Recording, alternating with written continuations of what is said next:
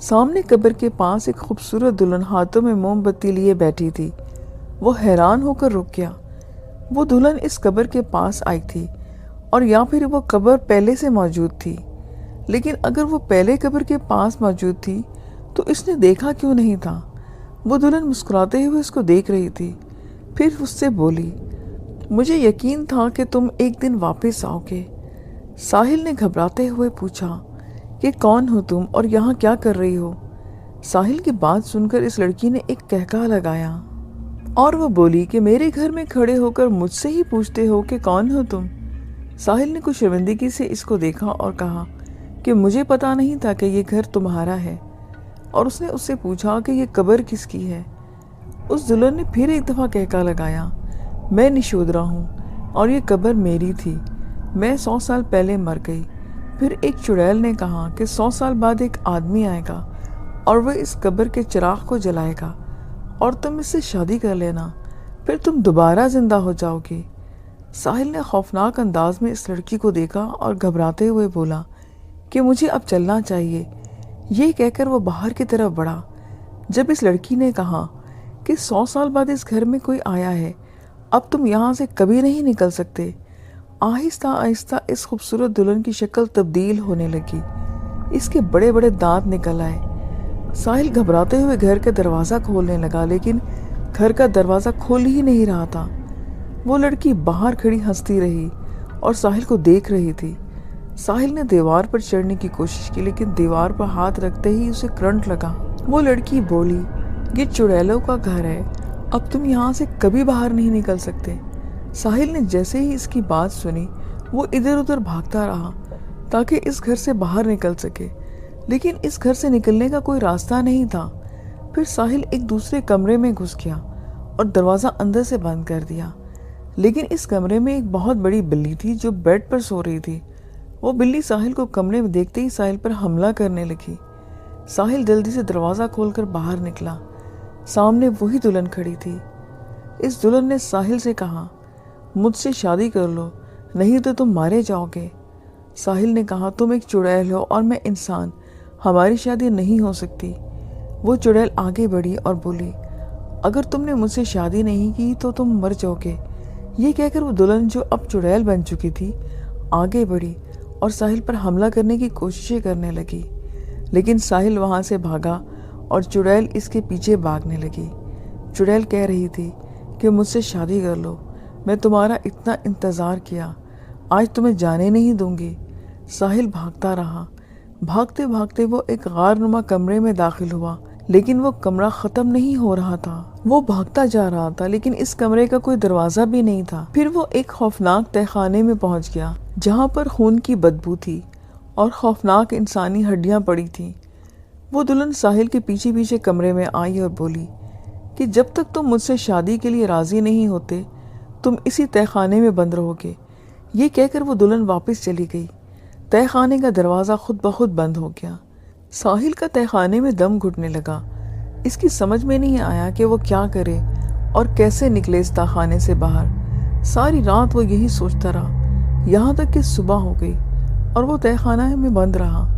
صبح وہ چڑیل دلہن نشودرا ساحل کے پاس آئی۔ اس دلہن کے ہاتھ میں کچھ پرانے زیور تھے اور اس نے ساحل سے پوچھا، کیا تم مجھ سے شادی کرنے کے لیے راضی ہو؟ ساحل نے کہا کہ ایسا کیسے ہو سکتا ہے، تم ایک بدرو ہو اور میں انسان، ہم دونوں کی شادی کبھی نہیں ہو سکتی، تم مجھے جانے دو۔ نشودرا نے غصے سے وہ زیور پھینک دیے اور بولی، جب تک تم مجھ سے شادی کے لیے ہاں نہیں کرو گے تو میں تمہارا خون نہیں پیوں گی، میں اس قبر سے آزاد نہیں ہو سکتی۔ تم جب تک شادی کے لیے راضی نہیں ہوگے اسی تہہ خانے میں بھوکے پیاسے سڑتے رہو گے۔ یہ حکم دے کر نشودرا تہہ خانے سے باہر نکل گئی۔ دروازہ خود بخود بند ہونے لگا۔ ساحل کے لیے اس مصیبت سے بچ نکلنے کا کوئی راستہ نہیں تھا۔ دونوں طرف اس کی موت کھڑی تھی۔ وہ بھوکا پیاسا 2 دن سے اس تہہ خانے میں بند تھا اور اب موت اس کے سامنے دکھائی دے رہی تھی۔ سوچتے سوچتے اس کی آنکھ لگ گئی اور اسے نیند آ گئی۔ ساحل نے خواب میں ایک عامل کو دیکھا اور اس عامل نے ساحل سے کہا، بیٹا تم اگر اس قبر والی دلہن سے چھٹکارا پانا چاہتے ہو تو تمہارے گلے میں جو تعویذ ہے اسے اس قبر میں ڈال دو۔ ساحل کی نیند سے آنکھ کھل گئی اور اس کے ماتھے پر پسینہ تھا۔ اس نے اپنے گلے میں تعویذ دیکھا اور فیصلہ کیا کہ اس تعویذ کو اس قبر میں ڈال دے گا۔ رات کو جب نشودرا دلہن اس کے پاس آئی اور اس نے ساحل سے اس کا فیصلہ پوچھا تو ساحل نے کہا، میں تم سے شادی کرنے کے لیے تیار ہوں، لیکن میری ایک شرط ہے، شادی ہم اس قبر کے پاس کریں گے۔ نشودرا خوشی خوشی راضی ہوئی اور ساحل کو باہر لے گئی۔ پھر نشودرا تیار ہوئی، اس نے زیورات پہنے اور اس قبر کے پاس آ کر بیٹھ گئی۔ ساحل نے چپکے سے وہ تعویذ گلے سے اتار کر قبر میں دفن کر دیا۔ تعویذ دفن کرنے کے 1 منٹ بعد ہی ہر طرف دھواں اٹھنے لگا۔ ساحل نے جب اپنے چاروں طرف دیکھا تو حیران رہ گیا۔ وہ کسی قبر کے پاس نہیں، ایک درخت کے نیچے کھڑا تھا اور وہ خالی گھر بھی غائب ہو چکا تھا۔ اس نے اللہ کا شکر ادا کیا اور گھر کی طرف روانہ ہو گیا۔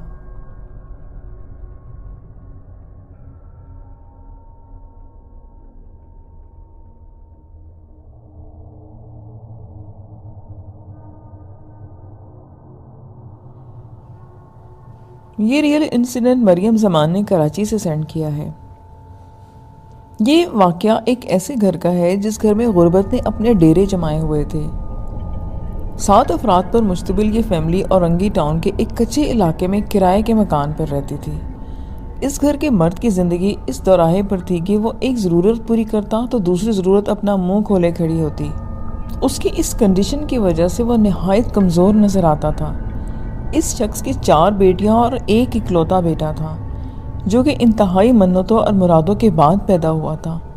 اس شخص نے بیٹے کی خواہش کے لیے کئی مزار کے در کھٹکھٹائے، تبھی جا کے اللہ پاک نے اس کو یہ بیٹا دیا تھا۔ اس کا بیٹا 12 سال کا تھا اور اپنی غربت کی وجہ سے اپنے دل کے ارمان کو چلتے ہوئے اسے گورنمنٹ اسکول میں پڑھا رہا تھا۔ حالانکہ اس کی شدید خواہش تھی کہ اس کی یہ اکلوتی اولاد کسی اچھے پرائیویٹ اسکول میں زیر تعلیم ہو، مگر سوائے حسرتوں کے اس کے پاس کچھ بھی نہ تھا۔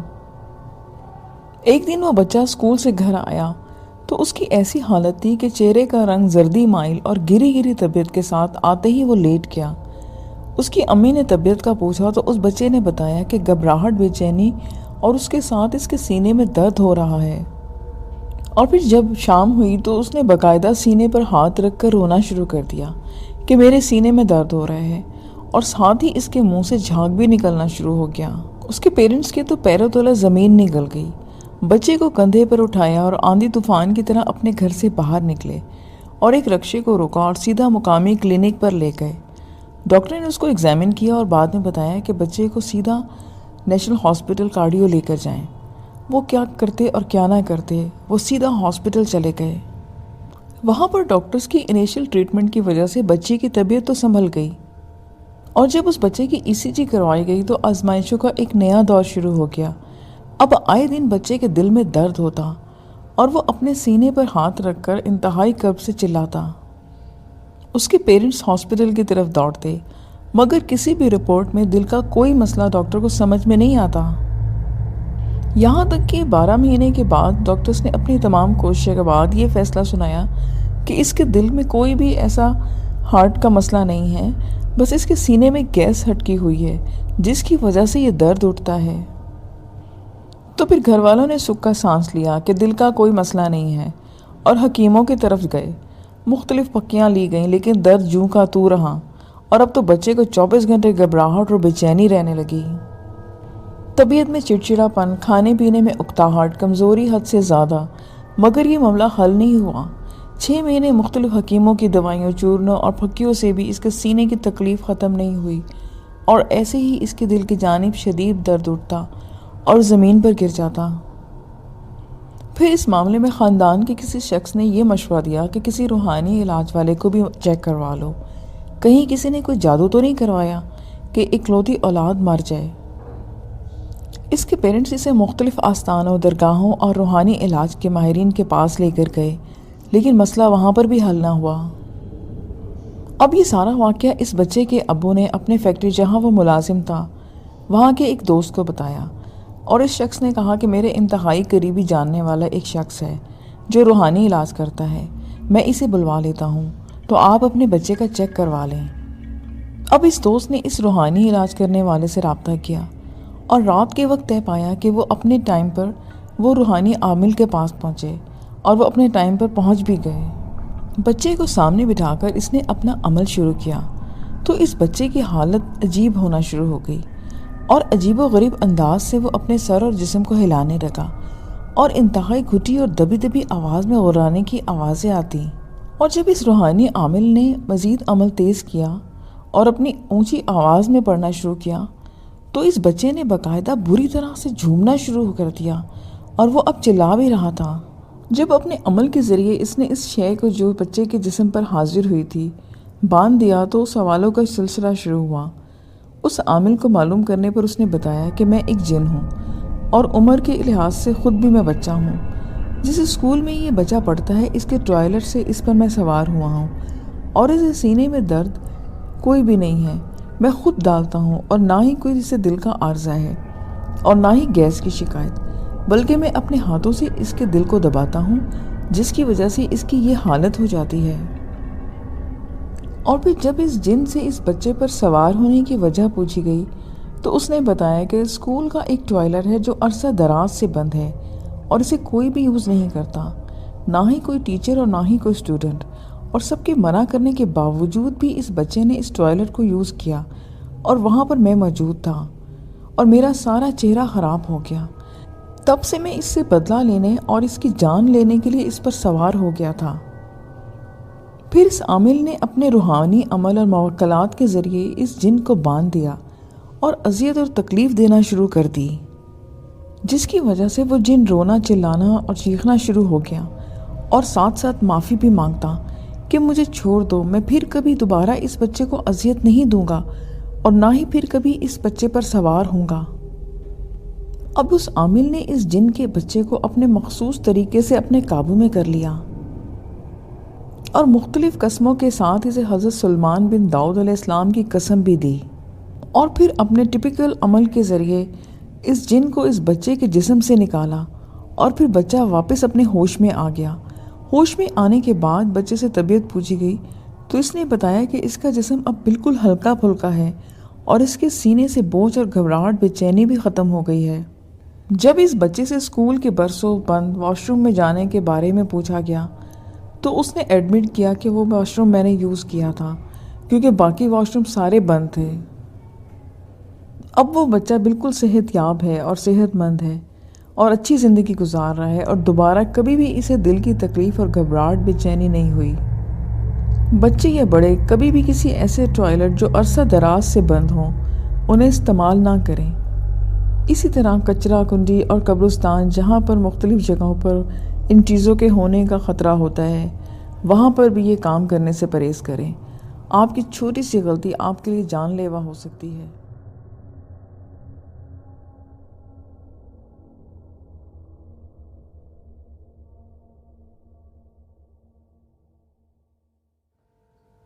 یہ کہانی ایک ایسے شخص کے متعلق ہے جو جنات کو قابو کرنا چاہتا تھا، اور کہانی سے پہلے ایک چھوٹی سی بات میں آپ سے شیئر کرنا چاہتی ہوں کہ اکثر لوگ جنات سے دوستی یا ان کو قابو کرنے کا شوق رکھتے ہیں، اور چند دن پہلے ہی ایک آدمی نے مجھے ان باکس کیا کہ آپ میری جنات سے دوستی کروا سکتی ہیں۔